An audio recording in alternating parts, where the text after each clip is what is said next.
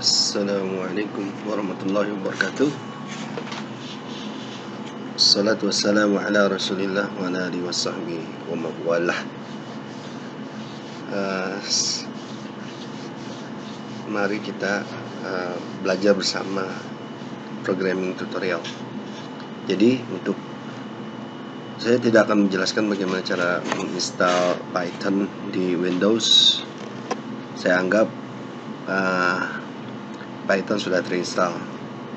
Untuk cara dan bagaimananya bisa di searching aja di Google dengan keyword how to install Python in Windows 10 atau bagaimana cara menginstal Python 3 di Windows 10. Baiklah, sekarang jadi untuk kita belajar, pertama-tama kita akan menggunakan cara memanggil Python interpreter.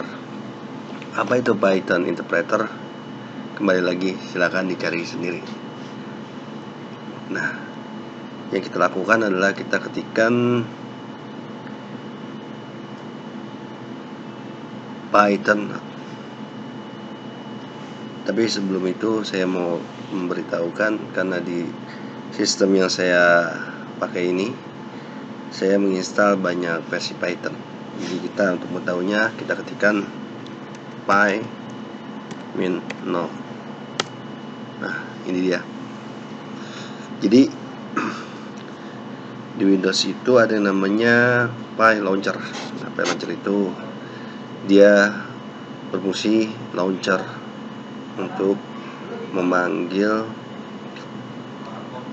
Python. Maksudnya bagaimana, kita cari tahu aja ya.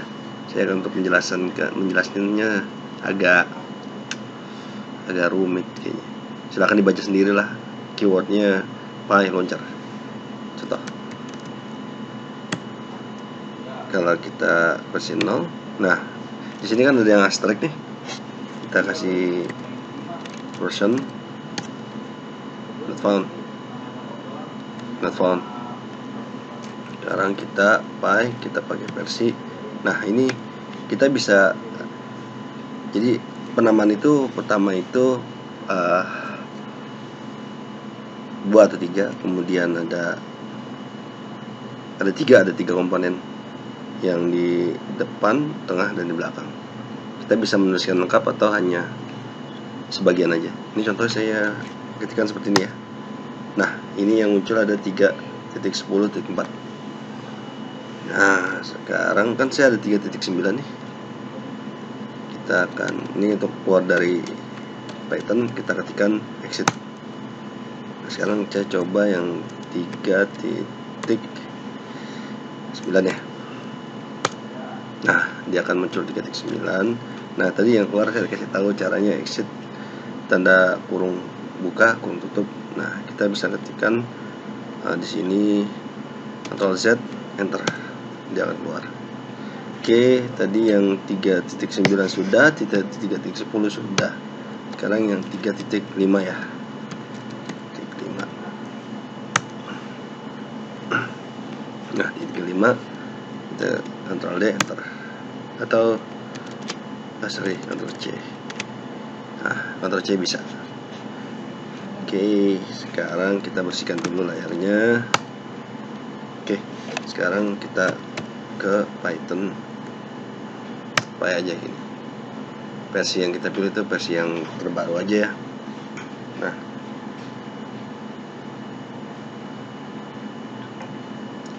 untuk menampilkan hello world kita ketikkan print itu untuk mencetak ya. Kemudian karena yang akan kita cetak itu berupa string ya, kita pakai kutip 2. Kutip 1 juga tidak masalah. Dan di sini Assalamualaikum. Oke, kita tutup ini. Nah, kalau di Python itu mungkin ada di antara kawan-kawan yang sebelumnya pernah mempelajari bahasa pemrograman yang lain ya, terutama turunan dari bahasa C ya. Yang masuk turunan bahasa C itu Java.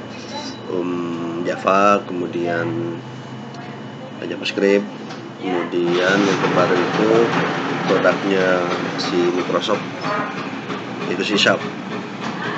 Jadi untuk mengakhiri suatu statement menggunakan koma, di Python nggak ada seperti itu. Baiklah, kita enter aja. Nah, ini yang akan tampil. Oke, kemudian kita akan belajar tentang variabel ya. Variabel, jadi variabel untuk menyimpan suatu data kita butuh namanya variabel. Nah, caranya gimana kalau di Python? Kita langsung aja, kita mau namain apa variabelnya. Misal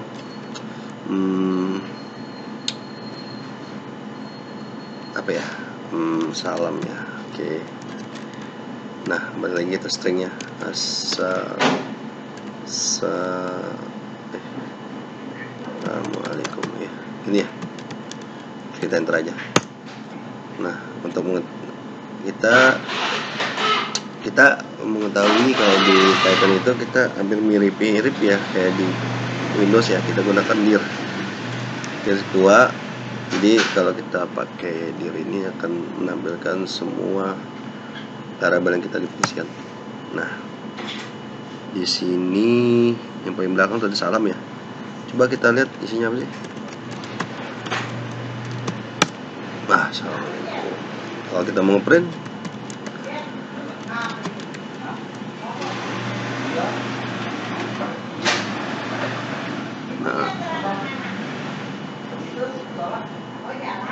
nah sekarang salam itu kita ganti, misalnya selamat siang, malam aja ya, malam. Oke.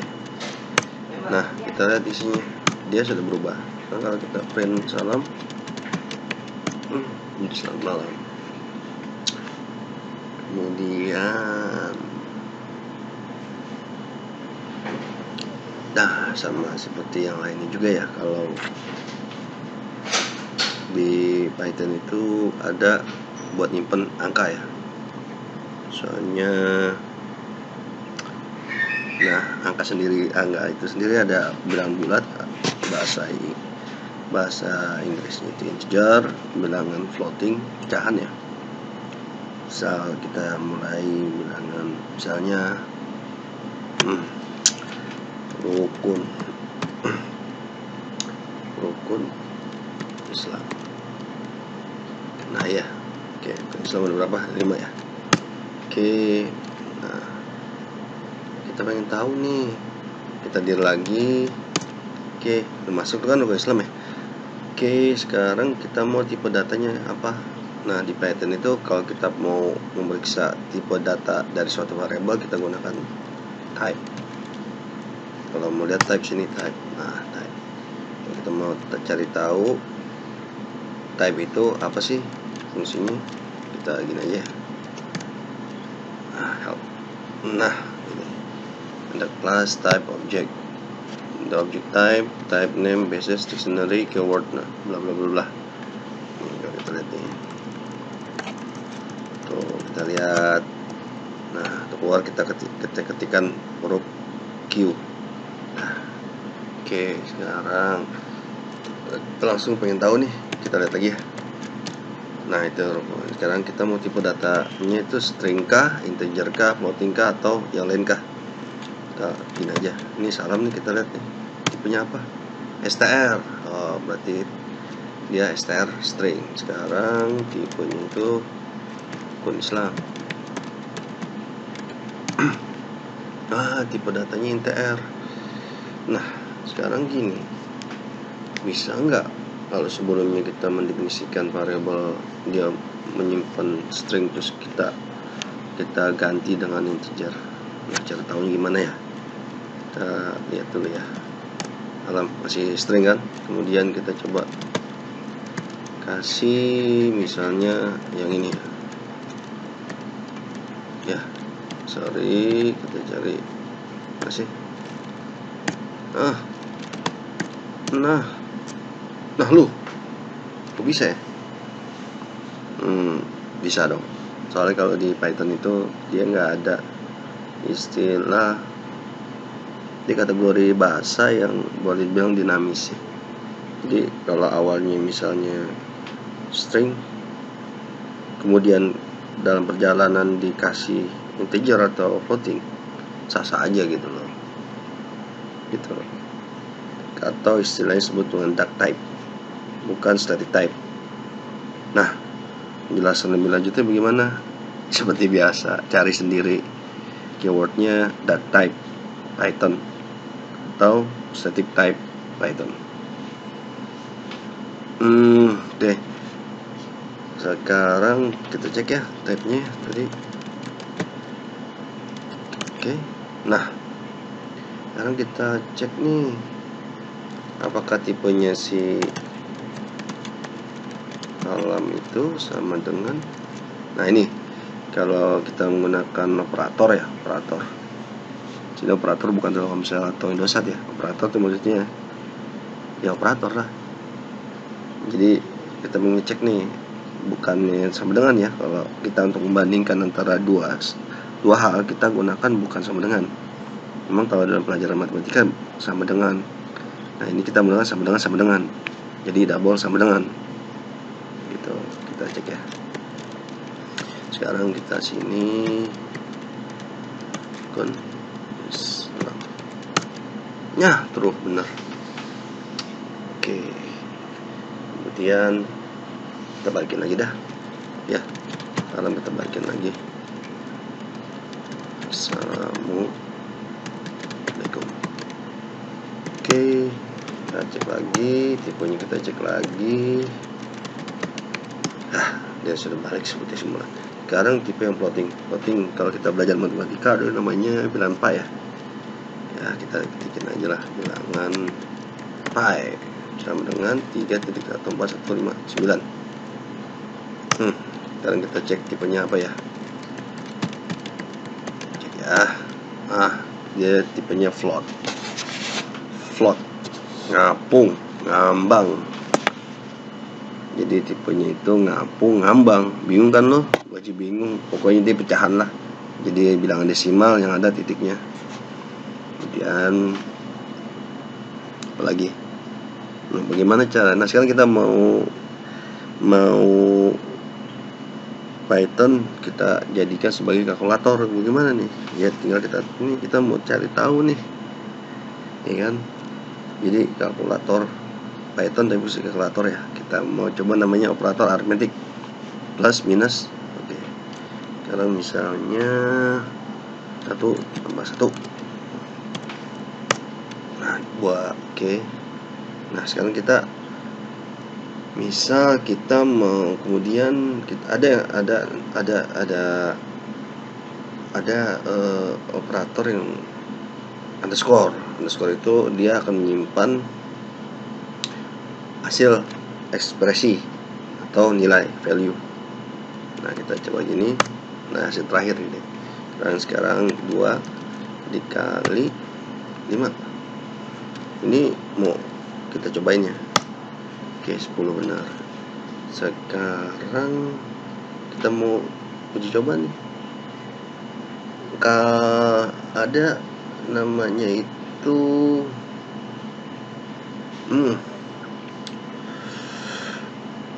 jadi ada beberapa operator, yaitu dia bisa digunakan di string dan bisa digunakan di bilangan bulat. Oke. Jadi apa itu? Itu asterik sama plus. Oke. Udah, sekarang kita ini konsentrasi dulu deh. Sekarang gini nih, kalau kita hilangin spasinya jadi seperti apa ya? Nggak ngaruh ya sih. Di sini kita nggak ngaruh. Jadi spasi itu nggak berpengaruh. Penambahan udah, sekarang pengurangannya. Misalnya kita dikurang 250. Oke. Nambah kali kurang, sekarang bagi. Sekarang bisa nggak 0 dibagi atau sesuatu bilangan dibagi dengan 0? Kita coba aja. Nah, ini zero division error. Jadi nggak ada tuh. Kalau kita belajar matematika, setiap bilangan dibagi 0 itu jadi tak terhingga. Nah, kalau dalam program jatuhnya jadi exception, pengecualian atau error lah.